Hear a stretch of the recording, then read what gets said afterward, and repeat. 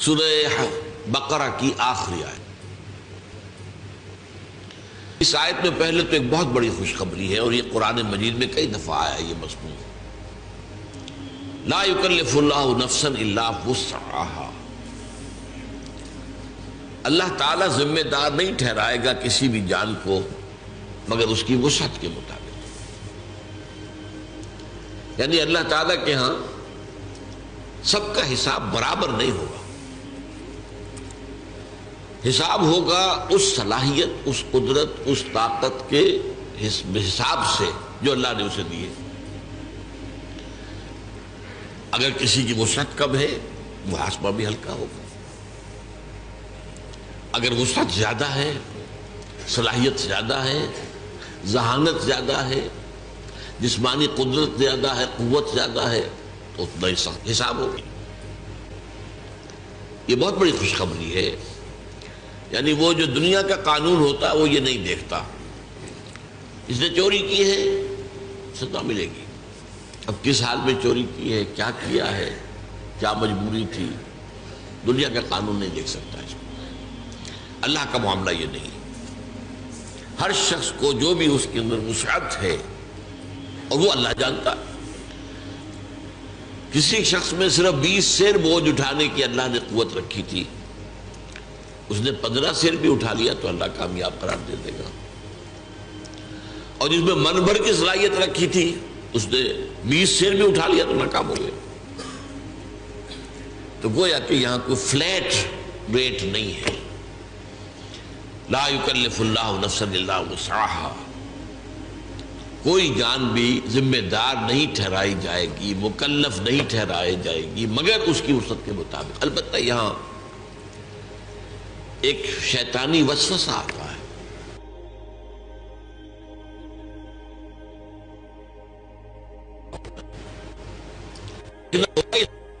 صلاحیت ظاہر ہو رہی ہے۔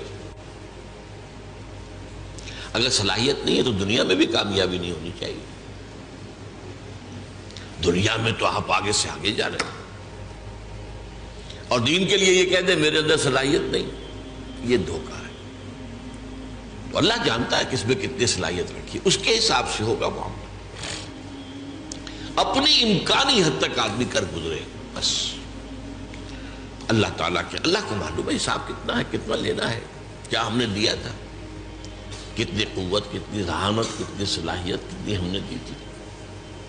لیکن اس شیطان کے دھوکے نہیں آنا چاہیے، بلکہ یہ دیکھا جائے گا اگر آپ دنیا میں کامیاب ہیں، آپ کی تجارت جو ہے پروان چڑھ رہی ہے، پھل پھول رہی ہے، یا اور آپ اپنے پیشے کے اندر ترقی کر رہے ہیں دن بدن، تو ظاہر بات ہے کہ صلاحیت ہے۔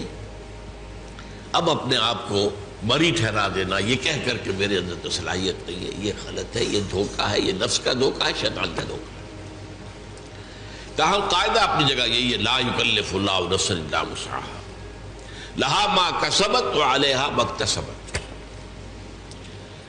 یہ لہا اور علیہا، یہ میں نے بارہا آپ کو بتایا ہے کہ لام آتا ہے تو کسی کے حق میں جانے والی بات ہے، اور علی آ جائے تو کسی کے خلاف جانے والی بات ہے۔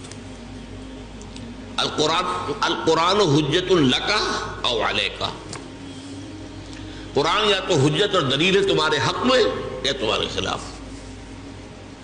اس پر چلو گے، اس پر عمل کرو گے تو وہ تمہارے حق میں گواہی دینے والا ہوگا، اللہ سے سفارش کرے گا تمہاری، اور اگر تم اس کے خلاف چلو گے تو وہ حجت بن جائے گا، دیکھو یہ ہم نے بتا دیا تھا کہ نہیں تمہیں، اب وہ تمہارے خلاف دلیل بن جائے گا۔ القرآن حجت لک او علیک، یہی بات یہاں فرمائی، لہا ما کسبت وعلیہا ما اکتسبت۔ ہر نفس کے لیے، ہر جان کے لیے ہے وہی کچھ جو اس نے کمائی کی ہے، اور اسی پر وبال آئے گا اس کا جس کی کہ اس نے گناہ کی کمائی کی۔ یعنی یہ کہ لا تزر وازرۃ وزر اخری، کوئی اور کسی اور کا بوجھ نہیں اٹھا سکے گا، نہ باپ بیٹے کا بوجھ اٹھا سکے گا، نہ بیٹا باپ کا، نہ شوہر بیوی کا، نہ بیوی شوہر کا۔ ہر ایک کو اپنا بوجھ خود اٹھانا، لا تزر وازرۃ وزر اخری۔ تو لا یکلف اللہ نفسا الا وسعها لها ما کسبت وعلیہا ما اکتسبت. اب اس کے بعد ایک دعا تلقین کی گئی ہے، ربنا لا تؤاخذنا ان نسینا او اخطانا. اے رب ہمارا مواخذہ مت کیجو اس پر اگر ہم بھول جائیں یا خطا ہو جائے. خطا کسے کہتے ہیں؟ بھول جانا تو واضح سی بات ہے. خطا اسے کہتے ہیں کہ ایک آپ نشانہ لگا رہے تھے، وہ نشانہ خطا ہو گیا. آپ نے تو نشانہ لگایا ہے لیکن وہ خطا ہو گیا. تو جو خطا ہو جائے اے اللہ اس پر ہم سے مواخذہ نہ کیجیے. ربنا لا تؤاخذنا ان نسینا او اخطانا ربنا ولا تحمل علینا اصرا کما حملته علی الذین من قبلنا. اور اللہ ہم پر مت ڈالیو وہ بوجھ جو تو نے ہم سے پہلوں پر ڈالا. اب یہاں اصل میں اشارہ ہے کہ شریعت موسوی بہت سخت تھی، شریعت محمدی کو بہت آسان کیا گیا. شریعت موسوی میں ہمیں معلوم ہے روزہ رات کو سوئے تو شروع، کوئی سحری ویری نہیں، اب روزہ شروع ہو گیا، اب اگلی غروب تک روزہ چلے گا. ہمارے لیے یہ ہے کہ سحری ہے،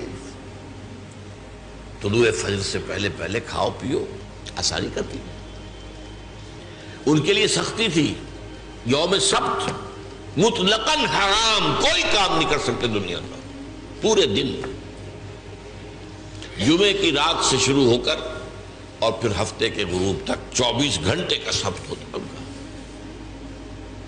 اور جو لوگ یہودی آج بھی جو پریکٹسنگ یہودی ہے وہ اس پر عمل کرتے ہیں، اپنے ٹیلی فون بھی ڈسکنیکٹ کر دیتے ہیں، کچھ نہ ٹیلی فون سنیں گے نہ ٹیلی فون کریں گے، کوئی کام دنیا کا کوئی کام، بس عبادت کرو، تورات پڑھو، وہ جو بھی اور کوئی ان کے ہاں عبادت کا طریقہ ہے نوافل ادا کرو، بس یہ کوئی کام دنیا کا نہیں. اور ایک ہیلا کر کے اصحاب السبت نے، آپ کو معلوم ہے سورہ اعراف میں آیا ہے، تو جو ہیلا کیا تھا اس کے بعد بڑا سخت عذاب آیا ان پر، انہیں بندروں کی شکل میں بنا دیا کہ کونوا قردۃ خاسئین، ان کی شکلیں بدل دی گئی. بس تو اس لیے شریعت موسوی بہت سخت تھی، شریعت محمدی میں آسانیاں کی گئی. اور اصول بھی حضور نے فرمایا یسروا ولا تعسروا، بھائی لوگوں کے لیے آسانی پیدا کیا کرو، سختی نہ کیا کرو. عام طور پر ہمارے ہاں رویہ کیا ہے، آپ کو تو سخت سے سخت بات کا فتویٰ دیں گے، اور خود انہیں معلوم ہے کتاب الحیل کس طرح ہیلے سے بچا جا سکتا ہے، خود ہیلوں پر عمل کریں. یہ عام ہے. ہونا یہ چاہیے کہ آپ اپنے لیے زیادہ سے زیادہ سختی کر لیں، دوسروں کے لیے آسانی، جو بھی شریعت کے اندر وہ گنجائش نکل سکتی ہے وہ نکال کر دکھائیں. یرید اللہ بکم الیسر ولا یرید بکم العسر، اللہ تو تمہارے ساتھ آسانی چاہتا، سختی نہیں چاہتا.